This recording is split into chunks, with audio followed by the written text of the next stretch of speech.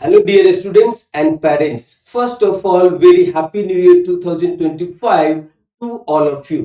सबसे पहले आप सभी को नव वर्ष की हार्दिक शुभकामनाएं। आप सभी हेल्दी एंड वेल्दी रहें और आपके बच्चे इतने अच्छे से पढ़ाई करें ताकि उन्हें अच्छी मार्क्स और रैंक मिले, जिससे उन्हें अच्छे सैनिक स्कूल में एडमिशन मिले और अपने रेगुलर एकेडमिक्स में भी अच्छा करे। इसी के साथ ही हम आपको इस वीडियो में कुछ अच्छे ट्रिप्स एंड टेक्निक्स बताने वाले हैं ताकि वो आपके एग्जाम में कारगर साबित हो। यहाँ पे हम आपको दिखाते हैं। तो सबसे पहले जैसे कि हमने पहले बताया था कि हैप्पी न्यू 2025 का सबसे पहला मैसेज है कि बहुत सारे बच्चे ये एप्लीकेशन फॉर्म भर चुके हैं। कुछ लोग अभी भी सोच रहे हैं कि बाद में भरेंगे। आप इसे इग्नोर नहीं करिए। आपको जैसे ही पता चला है, आप सबसे पहले इस नए साल में अपना सैनिक स्कूल का एप्लीकेशन फॉर्म जरूर भरे, क्योंकि इसका लास्ट डेट है 13 जनवरी 2025। 13 जनवरी 2025 5 PM 5 बजे शाम के बाद आप फॉर्म अप्लाई नहीं कर पाएंगे।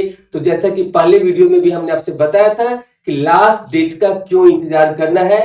आपको जैसे ही पता चला है, आप सबसे पहले सैनिक स्कूल का फॉर्म भरिए, नए साल में नई शुरुआत करिए। और यहाँ पे दूसरा जो मैसेज है हमारा आपके लिए वो है start revision according to syllabus.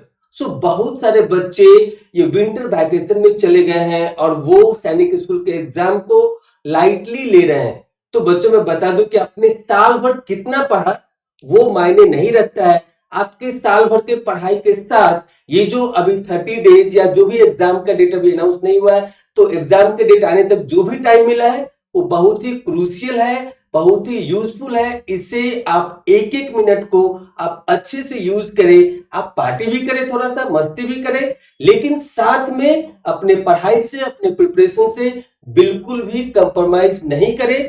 तो जो भी सिलेबस है आपका सैनिक स्कूल के लिए, क्लास 6 के लिए, क्लास 9 के लिए, तो जैसा कि क्लास 6 के लिए आपको पता होगा कि मैथमेटिक्स है, उसका सबसे हाईएस्ट वेटेज है, थोड़ा उसमें ज्यादा टाइम दीजिए। फिर उसके बाद दूसरा है आपका रीजनिंग भी 25 क्वेश्चन आता है, तो उसको भी आप अच्छे से प्रिपेयर करिए, क्योंकि वो मार्क्स आपको सिक्योर करेगा। उसके बाद आता है इंग्लिश। आप इंग्लिश या हिंदी माध्यम से है, हिंदी लेना चाहते हैं, तो जो भी है आपका लैंग्वेज, उसके हिसाब से आइदर इंग्लिश और हिंदी का अच्छे से प्रिपरेशन करिए ताकि आप वहां पे गलती ना कर पाए।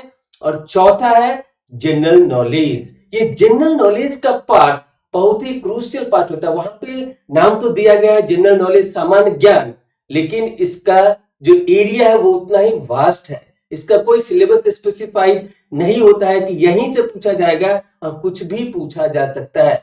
तो मान लीजिए कि अगर दो बच्चे एग्जाम दे रहे हैं, उनका मैथ्स में, रीजनिंग में और इंग्लिश में सेम मार्क्स है, तो वहां पे जनरल नॉलेज का मार्क्स उनका रैंक को डिसाइड करेगा। इसीलिए आप जनरल नॉलेज को लाइटली नोट पे ना लें। आप ज्यादा से ज्यादा उसकी पढ़ाई करें। आप सुबह में 10 क्वेश्चन करिए, शाम में 10 क्वेश्चन करिए, दोपहर में 10 क्वेश्चन करिए। आप अगर बस में जा रहे हो अपने स्कूल के लिए, तो बस में उसका रिवीजन कर लो एक नोटबुक बना करके। तो इस तरीके से आप अपने जो भी सिलेबस है उसके अकॉर्डिंग अपने तैयारी का रिवीजन स्टार्ट कर दीजिए। पहले एक एक चीज जो भी वहां पे दिया हुआ है सिलेबस में, या आप प्रीवियस ईयर पेपर को रेफर करके समझ सकते हैं कि वहां पे क्या क्या टॉपिक से ज्यादा क्वेश्चन पूछा जाता है।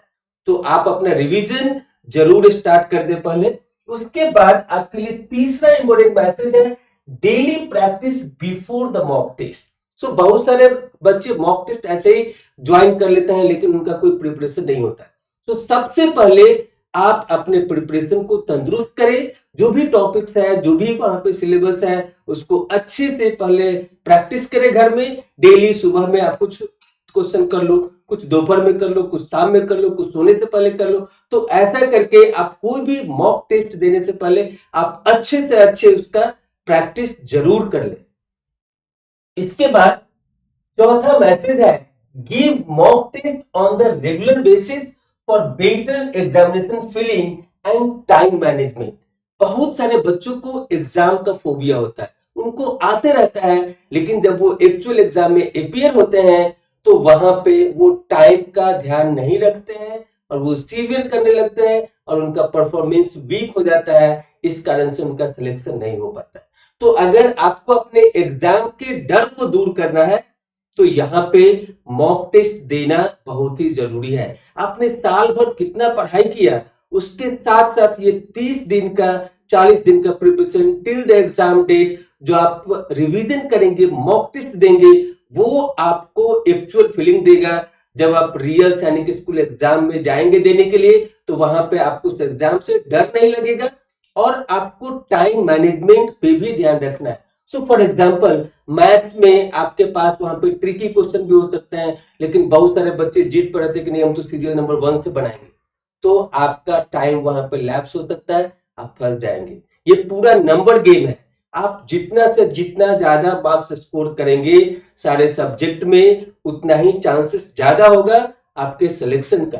तो इसीलिए एग्जाम में कोई ईगो नहीं, कोई सीरियल नंबर नहीं, आपको जो टॉपिक आसान लगता है, आपको जहां से आसान लगता है पहले उसको सिक्योर कर लीजिए, उसको निश्चित कर लीजिए। उसके बाद जो आपको भारी लगता है या जो आपको डिफिकल्ट लगता है उसको आप वेटिंग में रखिए कि ताकि जो भी पहले आपको आता है वो सारी चीज आप बना लीजिए। उसके बाद जो छूट गया था या फिर जो आपको थोड़ा डिफिकल्ट लग रहा था आप उसके ऊपर रिमेनिंग टाइम दे करके आप उससे भी अच्छे से सॉल्व कर सकते हैं। जैसे फॉर एग्जाम्पल जनरल नॉलेज में आप जब भी पढ़ेंगे क्वेश्चन तो या तो आपको आता है या फिर नहीं आता है।